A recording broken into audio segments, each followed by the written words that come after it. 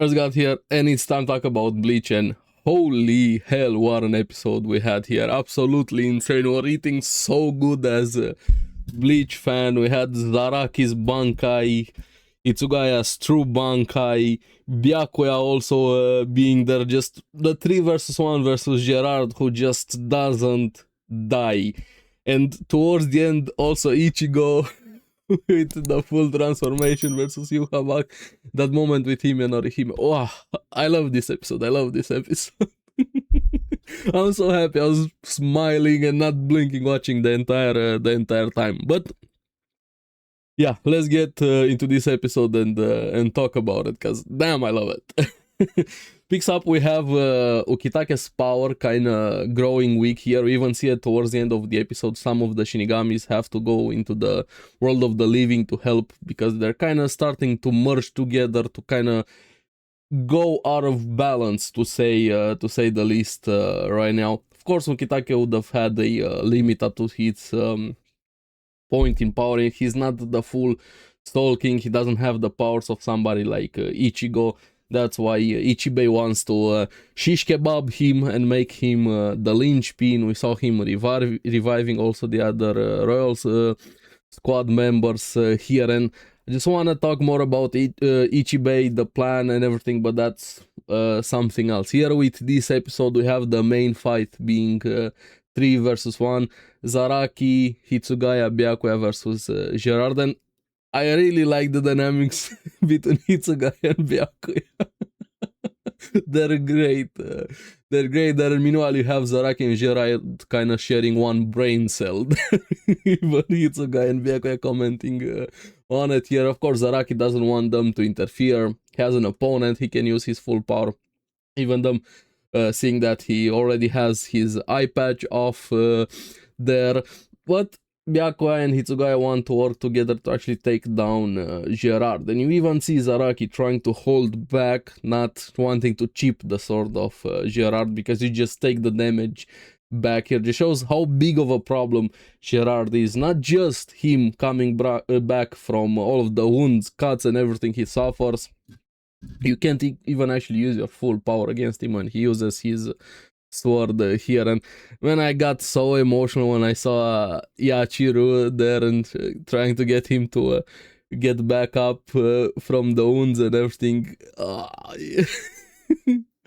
Imagine being able to watch Bleach completely when it's over. Just and so many callbacks and things you're gonna realize, foreshadowing if you watch the series now or read it, whatever. Just Yachiru being his Zanpakuto. There are so many connections here, and her saying, if you use me properly, there's nobody you can't cut. And the name of this power is bankai, and you actually see him going bankai. I was like, holy fuck.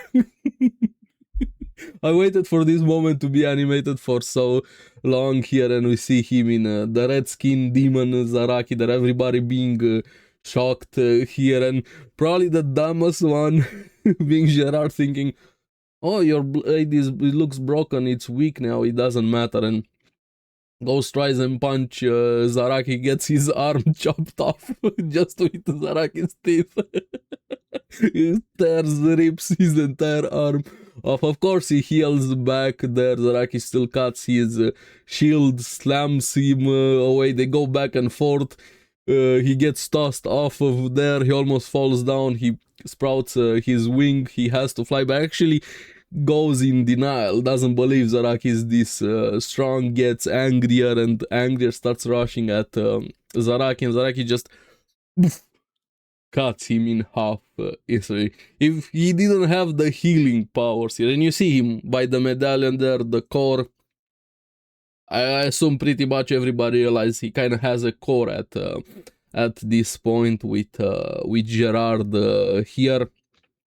He still is going to heal, even despite of that there. But before he heals, I like that we see Shinji there with Momo, and Momo wants to heal him, but he does not go heal Renji and Rukia, and I'm really glad for that here. I like how Byakuya and Hitsugaya commented they can't really go near Zaraki at this point. He's even more feral than his usual form. Zaraki is not able to control his power at this point. He's kind of like a wild animal here, even after Gerard gets back up, blasts Zaraki away. Then you have Hitsugaya having to save Renji and Rukia from falling down. He transforms there in his own name, the astonishing noble warrior of God. He fully drank the Kool-Aid, so to say. He's full blown into the zone of being this unstoppable warrior, which granted to him he kinda is. You have to give him a point. Lille Barrow's kinda like the messenger with the trumpet here. He's just the full-blown warrior of God that we have with Gerard. You can't really stop him. He's kind of like the unstoppable force. Yes, you can cut him, you can beat him. He just gets back up stronger and stronger here. And then we see Zaraki's arms breaks, also tears apart because too much power. His body is not used to this much power here. It's the first time he's used his bankai. Is gonna be a long way before he has full control and his body is able to take this much power. But I was so happy to see him here finally using it there. Then we have Byakuya stepping in to save Hitsugaya and telling him to undo his bankai, and it's like, does he know? Does he know? And Hitsugaya says that yeah, I never said it's over when all of the ice flowers fall. And then we have Yorinmaru being complete. Kind of similar situation a bit with Byakuya. With Byakuya, with Zaraki. Hitsugaya is not able to fully utilize his bankai. Remember, he's very young compared to everybody else. One of the youngest captains, if I remember. Was he the youngest or not? I don't know. I don't know if he was or not, but definitely one of the youngest that achieved the rank of bankai here. He hasn't fully matured, grown there. And we saw, even back in the day, he was always by impulse here, but this time he was a bit calmer, and then he says he doesn't really like this form. His bankai actually forces him to age up to be able to handle the power. Of course, it takes a giant toll on him here. He's not fully able to control. That's why a bit similarities with Zaraki, but at least he has more control and especially mental ability here, and he's able to freeze the shield, everything, able to freeze the sword to actually kind seizing its functions here. Like his full inner working of his bankai are a bit more complicated than normal ice, to say the least. And even Gerard wants to just use full power, just without sword, without gimmicks, without supernatural things, just blast of power to obliterate him, trying to use his Quincy bow, but he gets frozen. Say Hitsugaya saying, if you did it faster, this freezes everything you did in 4 steps. If you did it in 3 steps, you might have had a chance. But remember, he's still the miracle here. He's able to break free, grab him, but if you grab him, you're not really gonna get away scot-free from something like this. Imagine Ryujin Jaka is kind of like the sun. This is kind of like you have what's the coldest thing that you can have ever, or very cold as possible. That's how Hitsugaya is right now. The closer you get to him, the colder it gets in a way, and even touching him there, this causes Gerard to get frozen more and more, but you're still pulling through it, but then Zaraki slams him down, tears his leg. Zaraki never gives up. So yes, this was definitely a 3 versus 1 here. Even though Zaraki was an unwilling participant in this team up, he still helped against Gerard. Here Byakuya at that moment, of course waiting for the perfect moment, is able to strike, and they're able to break him apart into small pieces. But yeah, it's not enough with somebody like Gerard. He still recovers. Then we have Rukia and Renji here, all of them back and wanting to to help there. And I like the small moment. Who is that guy? When Hitsugaya is speaking. And Rukia is like, hey, Dumbo, that's Hitsugaya's older brother. And Hitsugaya plays into it. I forgot the brain cell of Rukia and Renji. When I miss the old shenanigans, I'm really glad we still have comedy and fun moments while everything goes to shit with all of the worlds and everything. But yeah, he plays into it here, and I like Byakuya so much considering where he started the series, just showing how stoic he is here, the appearances he has, but he probably is one of the persons that cares the most for people and hurts him so much, and he changed thanks to Ichigo and tells Rukia and Renji to go to Ichigo. Not because he needs it, but they're also not needed here. But he knew they wanted to be by his side there, friends, comrades, everything they've been through, worked, everything that happened up to this point, their connection and so much.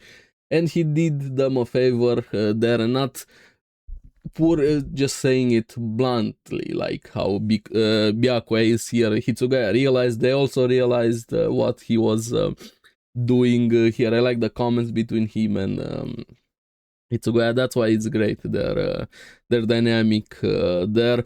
But then we also have on the other side with the world going out of balance, we have the Shinigamis having to go in and help. Shino, Ryunosuke are gonna go there and help Okikiba and some of the other Shinigamis. I don't know how much they're gonna be able to do, but hey, it's better than nothing.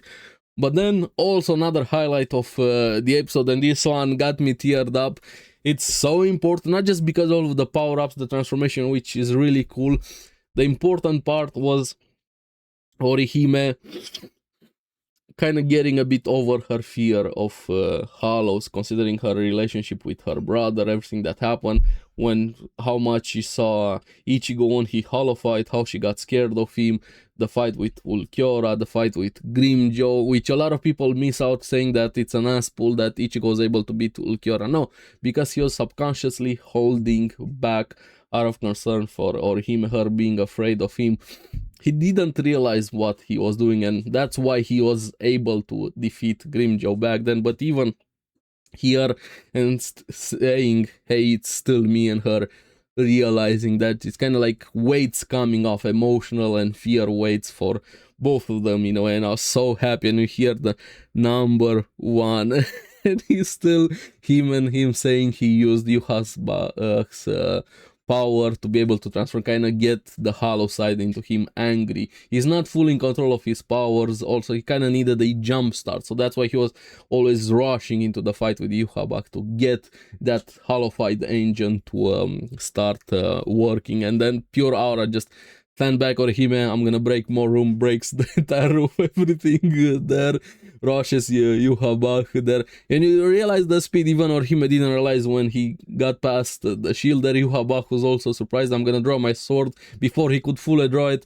Ichigo's right there into him. It slams Ichigo back here, and then we have the Grand Ray Getsuga Tensho, kind of combining a Grand Ray Zero combined with a Getsuga Tensho. It looks cool.